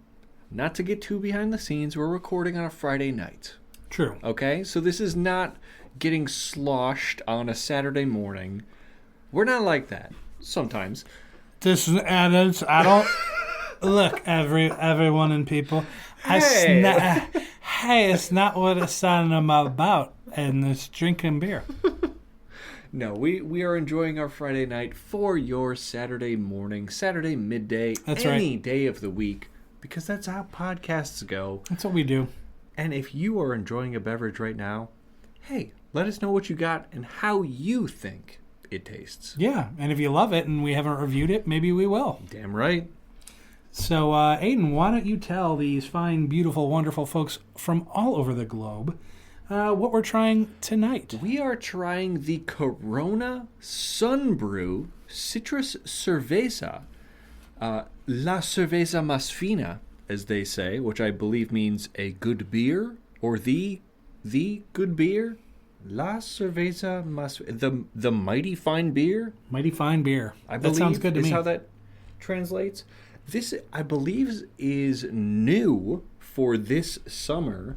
Corona just came out with this. Not sponsored, of course, but it is new for this summer. It is their take on a citrus beer. Yes. And on the can, they have both limes and oranges, which I suppose is what we should expect from this brew. Indeed. Now, Corona is a macro brewery out of the wonderful country of Mexico. Indeed. But we should still give them a try. I think we should. We've tried a lot of microbrew craft breweries, if you will. Oh, yeah. So it's time we try one of the big ones with one of their new brews for this year. Well, it's not our first, because if you remember, we did the PBR Reserve or whatever that was. PBR Extra. Extra. That is true. And we actually liked it a lot. That is true. Yeah. So Corona Sunbrew, your time to shine. It is definitely your time to shine, and as Aiden said, this is from Mexico,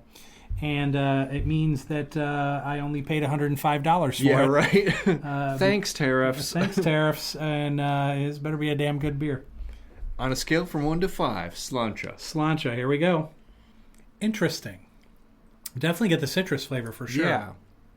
Sweeter than I thought. It's almost orange juice-esque, I would say. For sure. This is very interesting. Yeah, definitely leaning on the orange juice side for sure. Yes, I would agree. I don't get a lot of lime. No, it's almost there as a background. Like, I get the lime acidity, I would say. Because orange juice is not very acidic, whereas the lime is. Yeah. I get the acidity from the lime, but that orange is right up front. Oh, big time. Like, if you were to tell me, like, if you were to ask me, hey, look, what's a good beer after, like, a day out there lawn mowing and weed whacking? This is it. This is it. This is the refreshing get back in the house after lawn mowing beer. Or, I was about to say as well, if you have that huge plate of nachos, oh, dude, I think this would pair super nice with that. Because the acidity would cut right through all the fat from, like, the cheese and the spiciness. Oh, yeah. Yep. You know what? You know what, Corona? You done good. I get it. Yeah. I get it. You done good, boy. I hear you. Yeah, very good. On the Tapped and app, Untapped, I should say. Their profiles are pretty much dead on. They have citrus, they have sweet, they have orange peel, light-bodied. It says lemony. I don't buy that. I would put in lime. I would add light lime, but I don't think the Untapped app, which we're not sponsored by, but I do recommend. Yeah. It is free and there's not a lot of ads or anything. I put in lime because I do get the lime on the back end with that acidity. So I've got sweet citrus lime and orange. Okay. That's good. I'm giving that a 3 1/4. That is a very respectable 3 1/4. I enjoy that. Oh, for sure. Yeah, I enjoyed it quite a bit. I went with my rating of 3.5. 3.5, yeah. 3.5. I really like it. It's very light on the palate. So off air, actually wasn't off. Well, it was technically on air. We've been drinking. It's Friday night, baby. It's Friday night when we're recording. What do you want from us? So we actually had an IPA. So as you know, most IPAs are very hoppy. So it's piney. Piney. It's a little tougher on the tongue. But this is not that. Like, this is very clean. Very, very refreshing. Yeah. So good job, guys. Yes, absolutely. I usually don't give a lot of props to macro breweries because I know, you're supplying millions of beers per year, if not tens of millions. So I know quality control, blah, blah, blah. But I'll give it to you, Corona. This is very tasty. Yeah. Yeah, it is a good job. I would have never assumed that because, like, even regular Corona I'm not a huge fan of. Sure. Like, if I'm drinking Mexican beer, I enjoy Tecate. I enjoy that, what is that, the Negra Modelo? Negra Modelo is very good. That amber. I do enjoy that. I enjoy Estrella. Sure, yeah. God, what is it called? It's like that's part of the name, but I know that's not the entire name. And I'm trying to... I used to work at a liquor store, and I used to move these damn heavy boxes full of bottles. But I know that one is really good, too. So, they've got good beers, and, like, Corona, like, just regular, is kind of mid for me on the Mexican beers, even if you throw the lime in there. But, like, this is very good job. Yes. Very good job. Absolutely. And I'm kind of excited because you get a lot of badges on the Untapped thing. And I've unlocked the Beer of the World Level 3. Ooh. Yeah. You have had a beer from at least 15 different regions around the world. No a worldly gentleman. I am a worldly. Quite. Indeed. Exquisite. Oh, man. But yeah, so that leaves us with our final segment, and it's not World of Weird News. I'm sure we'll get back to that soon. But sometimes we throw a little tier listing in there. Little tier listing. Last week we did we tier listed American cities, but we had so many. This is kind of part deux, if you will, part two. Part deux. So let's just jump right into it. Yes. So we have a top 40. We have the 30 most populous American cities, plus 10 additional sports cities. Ooh, okay. To provide for you. And this week, we're going to do a little tier listing rapid fire. Yeah. Meaning I will provide the city Yeah. to Mark Moe himself, and we're going to get a rapid fire answer. I love it. And I won't interject unless I absolutely have to. So what are the tier list categories? Tier list: F being the worst of the worst. Sure. Of the worst. D being bad. C being mid. B being good. A being great. S superior, the best of the best. Of the best. My man, so here we go. Starting off with, by the way, we have 24 remaining cities. So you're going to get the 14 additional most populous cities after the top 16, plus the 10 sports cities. We got this. San Francisco, baby. San Francisco, I give it an A. Golden Gate Bridge, Ghirardelli, the Bay, it's amazing. I love it. It's a great city. Give it a solid A. Solid A. San Francisco. I leave it to California cities to just be great. Yeah. Seattle. Ooh, I'm right in between A and S. I'm probably going to go A. Probably going to go A on that too. The layout's a little wonky if you haven't been there. It's not your typical grid system. It's kind of all over, a little difficult to get around. But the city itself is amazing. The Puget Sound, the whole, it's really great, and the people are a good vibe. Dig it. It's an A. Absolutely. This might be one I interject on. I was thinking S tier. So if I could bring you up to A+, maybe. I'll give it an A+. Woo! I'll give it an A+. Let's go. A+, Denver. Another great town. We've been to Denver. It's beautiful. It's great. You've got the mountains. Even though I'm a lowlander, right? Yeah, it's freaking. We could have used some oxygen hiking there, dude. Oh my god, Holy. dude, killing me. But it's absolutely gorgeous. Once again, I like the people there, the bars, the restaurants. The Denver Nuggets. Saw a basketball game that was really cool. Saw Buffalo's game, Colorado Buffs game. That was a super cool stadium. Once again, another A, man. I love that town. Yeah, absolutely. Next up on the population list, Oklahoma City. Oklahoma City. That's a tough one because, you think of Oklahoma City, and nothing jumps out at me, good or bad. Sure. So I just. If you're talking mid.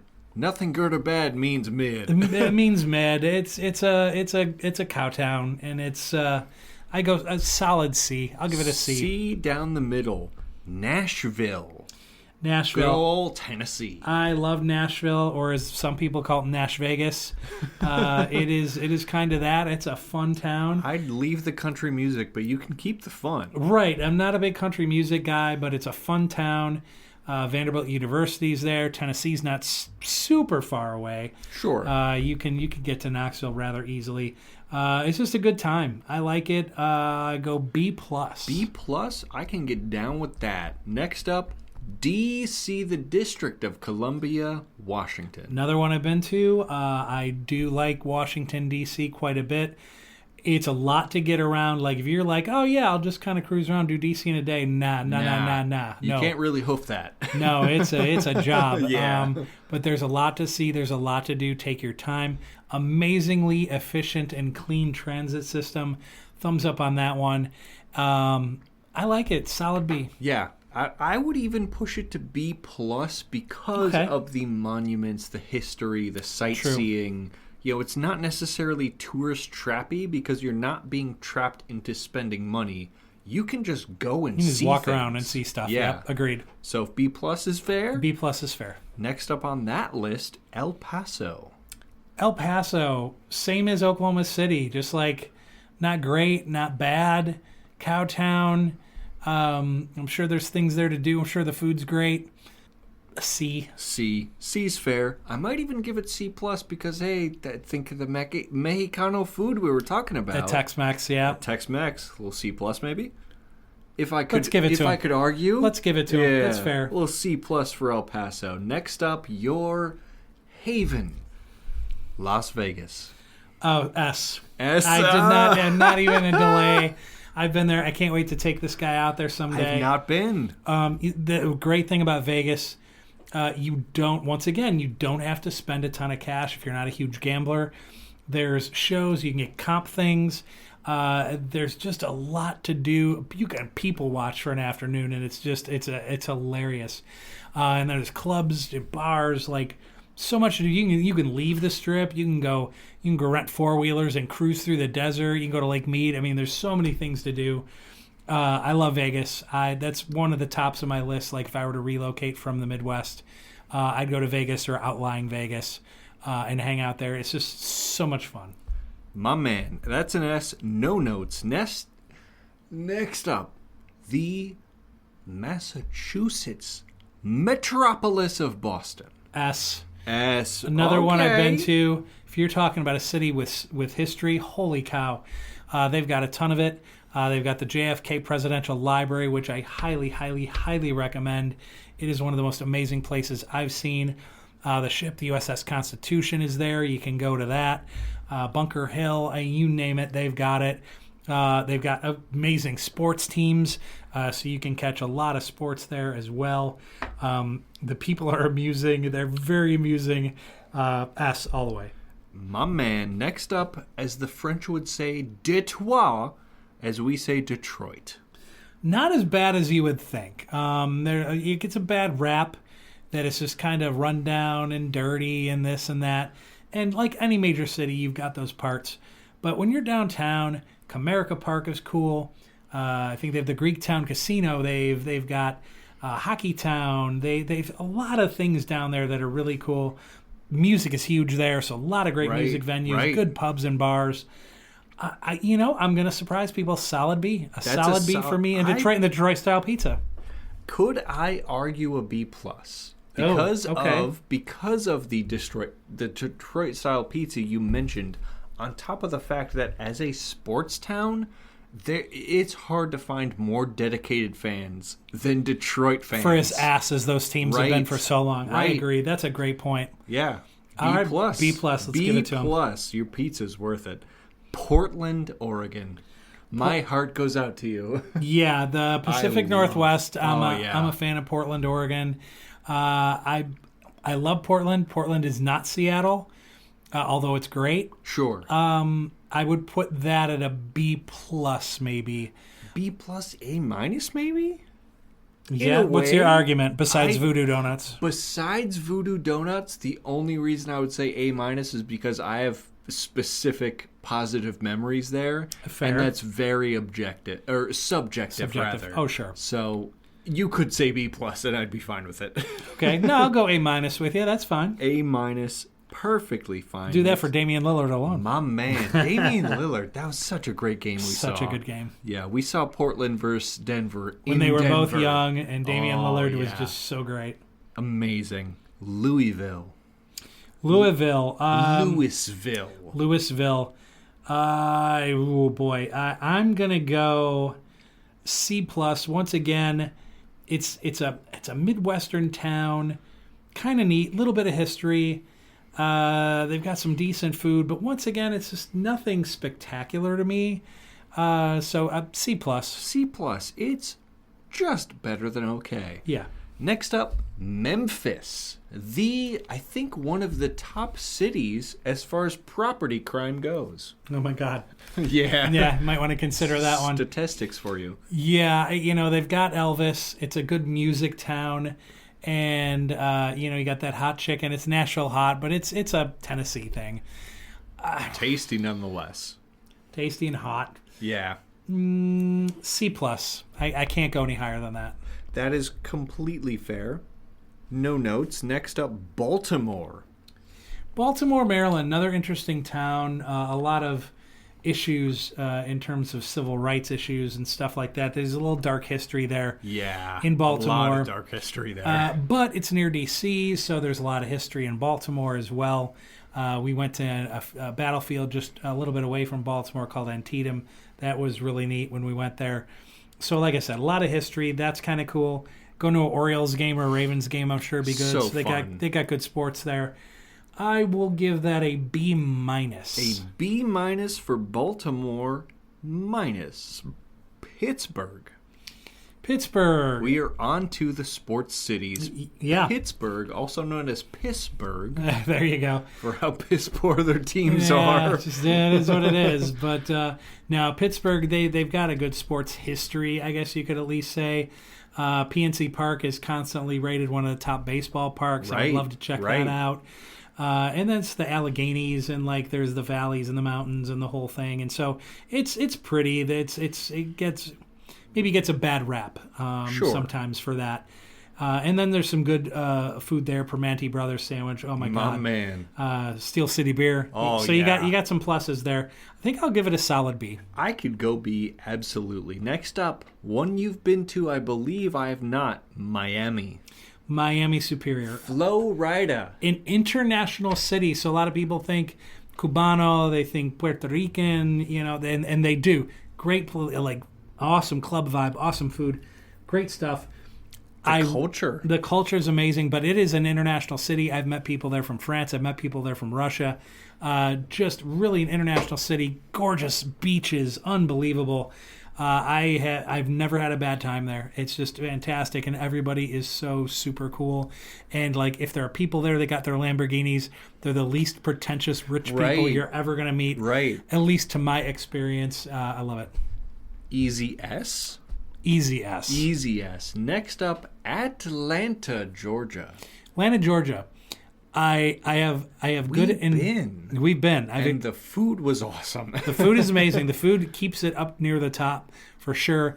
I don't like the traffic there. The traffic sucks. Dog shit. Every road is named fucking Peachtree. Peachtree Lane, Peachtree Road, Peachtree Street, Peachtree High. Peachtree up your ass, man. I cannot. You got to figure it out. One road named Peachtree. Just separate it. Figure something else out. Your traffic, your traffic, and your traffic patterns. It dings you on this for sure. You get nothing greater than a B, and it's too bad because your sports, your food, and so many other things go past that. Buckhead, I think it's called. Yeah. Great place to go and party.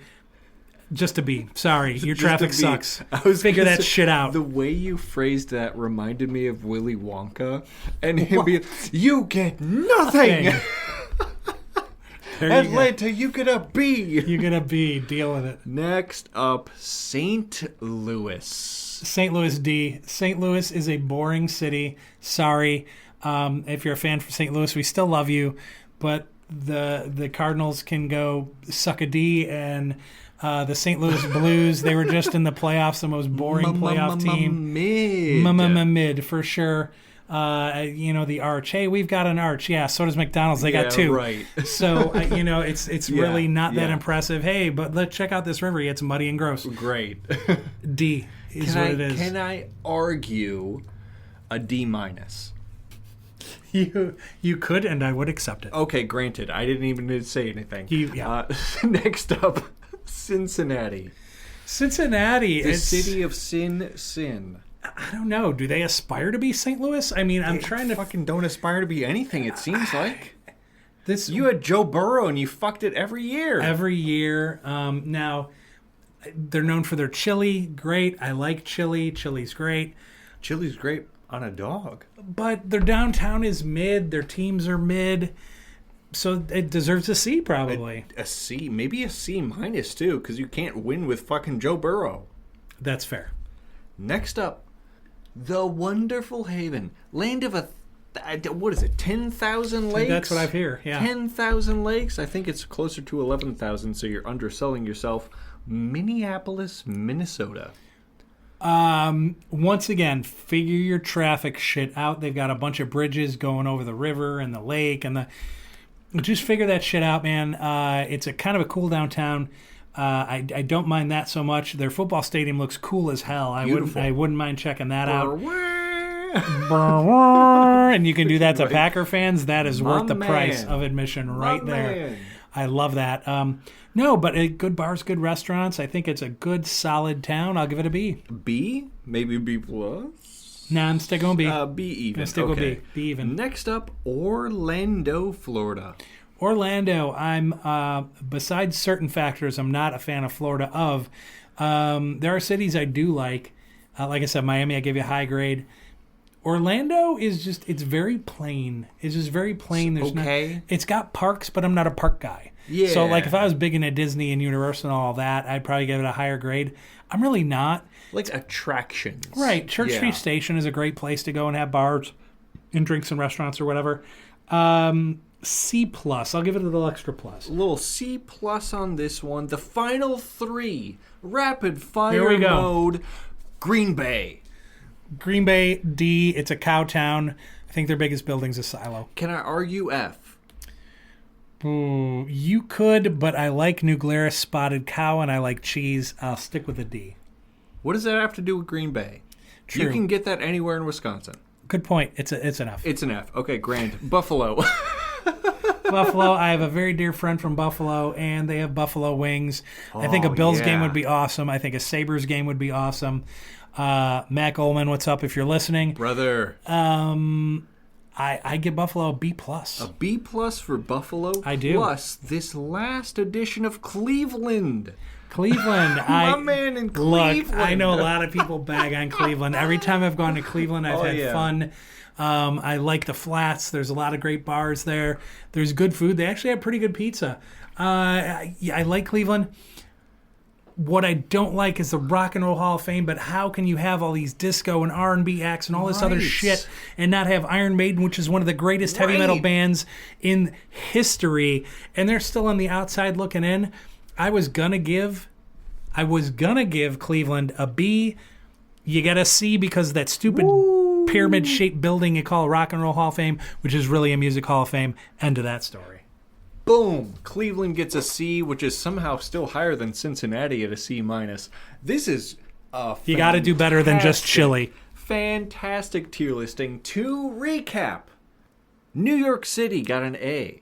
LA got a B+, Chicago S, Houston C, Phoenix C, Philadelphia B+, surprisingly, San Antonio C+, San Diego A, Dallas B-, Jacksonville C-, Austin B+, Fort Worth D+, San Jose C+, Columbus C+, Charlotte B, Indianapolis C+, San Francisco A, Seattle A+, Denver A, OK City got a C, Nashville B+, District of Columbia B+, El Paso C+, Las Vegas S, Boston S, Detroit B+, Portland A-, a Louisville C+, Memphis C+, Baltimore B-, Pittsburgh B, Miami S, Atlanta B, St. Louis D-, Cincinnati C-, Minneapolis got a B, Orlando C+, Green Bay F, the only F on the list. Fuck you.